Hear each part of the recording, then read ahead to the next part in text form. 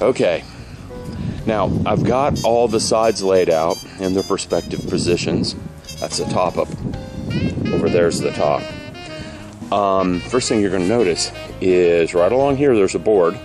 There's a board along this edge, a board along over there, and a board along over there. Those boards are the supports for the floor of the spray booth and the filter that goes underneath the floor. Those boards gave me an idea how I'm going to attach everything together. If you look at this piece over here, right along this edge, you will see there's a board laying on its side. I'm going to attach the board to the side and then screw through it into that side over there, thereby hiding almost all the screws. From the outside of the box, you'll see nothing gluing it together. Okay, there's many types of joints in carpentry.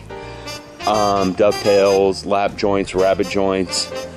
I'm not going to mess with any of those. I'm just going to use these internal supports as a way of attacking everything together. It means lots and lots of drilling of the boards, because if we get in close on this one, you can see I use 3 screws to attach it with, and those are countersunk screws. I don't have screws that are quite long enough at home, but I do have screws that will work if I countersink them a little bit. So lots and lots of drilling by me to get that to line up correctly, but I think I can accomplish it. I think it'll work. Okay, so I'm going to get at it. I'm going to do a lot of drilling, a lot of countersinking. For all my drilling, I do have a drill press, and I'm using the drill press to do this with. You can do it by hand. It's just a little harder. Harbor Freight Tools is a great place to get cheap, inexpensive tools. I have a friend that rants and raves that Harbor Freight Tools is horrible and that their quality of their tools is very low. And he's correct. The quality of the tools is very low. But I use a drill press like 10 times a year, maybe 15 times a year. I don't see spending $300 for a drill press when I can buy one for like $80 at Harbor Freight Tools that I hardly ever use. If I were to use a drill press every single day, yes, $300, $500, $600 would be warranted. But when I use this stuff twice a year, I'm going to go with the cheap tools. Alright, I'm going to get at it. I'll come back and show you how I'm bolting the boards together once I get them all cut and drilled. Explain real quick why I'm countersinking. Here we have the 2 pieces of boards I want to attach.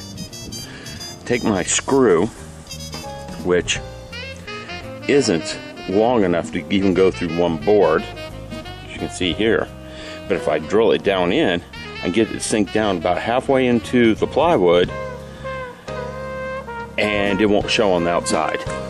Okay, I've got all the boards I'm using for my joints cut, drilled, and the screws started on them. The next part I have to do is get all my measurements straight.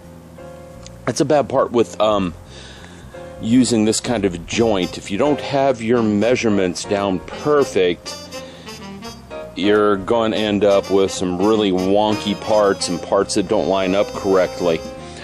Also, one note real quick, why do I pre-drill holes for the screws? Why don't I just put the screws through the board? Putting the screw through a board causes stress in the board and can cause the board to split. One of these boards, and I'm not sure which one, and yes, the boards are numbered, so I know exactly which board goes in what spot. This one, you should be able to see there's a crack running down the center of that board. That crack happened because of drilling. I think, I'm not sure, that crack might have been there. It's not a very deep crack, so I'm not worried about it. But if you don't pre-drill your holes, when you put the screws in, you're going to split that board right in half. And that's not what I want. I don't want that board split in half. I'm not going to pre-drill holes in the plywood. The screws are only going 1/4 inch into the plywood. There's no need for that. I'll be back to show you how I'm going to put these boards down after I get some measurements made and some lines drawn. Okay, this is what I'm doing to measure out my lines. Taking a scrap piece of plywood. I'm using 1/2 inch plywood here. I'm just laying it up so it's flush with the edge of my piece. And I'm taking my pencil and drawing a line along the inside of the board. That's the line where one of these guys has to go. Like this. Of course, not that way because the screws are on there different. And this isn't the board that goes there either. But it has to go on there like this So once it's bolted down, then I can put my piece that goes here and bolt it in that way. I'm also going to put some glue on each one of these joints to help hold it down a little bit tighter. Now the challenge comes in because not all these pieces are the same size. This base is 26 by 26. The filter I'm using is 25 by 25. The reason we have the extra inch is to account for the thickness of the plywood. This plywood is a 1/2 inch thick. That way, a 1/2 inch in all dimensions gives me 25 on the inside. The sides are each 26 inches long, but the back is 25 inches. The front is 25 inches. So when I go to measure my lines for the sides and the back, I'm going to have to be real careful with that. All right. Okay, I've started putting her together. So far, everything's going pretty good. My measurements are off a teeny bit right here. And they're off a little bit right here. This edge is off a teeny bit, but not so much that I'm upset with it. This seems to be working. It's real sturdy. I'm going to take a belt sander to her tomorrow to even off these edges, get them all flushed up. I think the back's going to come out not measuring up very well, but that's just the way it is. But all in all, I'm liking how things are coming together right now. The spot where the filter sits, that's coming out pretty good right there. All right, I'll come back in a minute after I've bolted a few more things together. Okay, I'll put the back on her. As you can see, there is a slight gap along there. That's probably because of the way I was assembling it more than anything, because when I test fitted, there was no gap. The back fit the side panel fairly well. I'm not trying for absolute perfection here. I'm not a cabinet maker. A cabinet maker, that is unacceptable. It's pretty damn close. I hit it with a belt sander. I can even it out some. I may not even bother. I may just throw a coat of varnish on it and be done with it. One more side and she's done. One thing, I had mounted the blower in the bottom, and then notice with the blower mounted in the bottom, I couldn't put the cabinet together, so I had to pull the blower out. Not really a big deal. I'll put the blower back in once I finish putting the cabinet back together.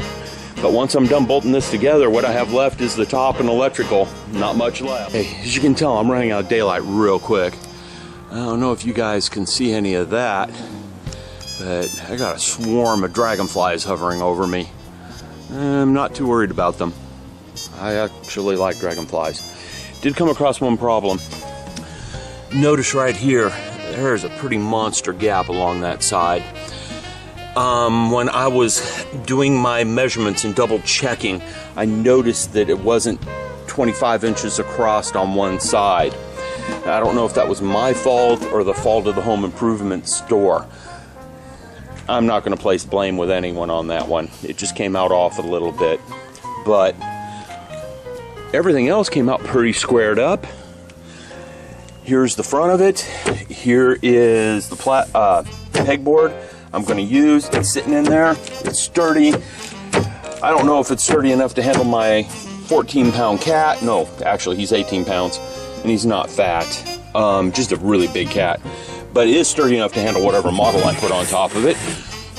You can see the filter sits in there pretty snug, which is what I wanted.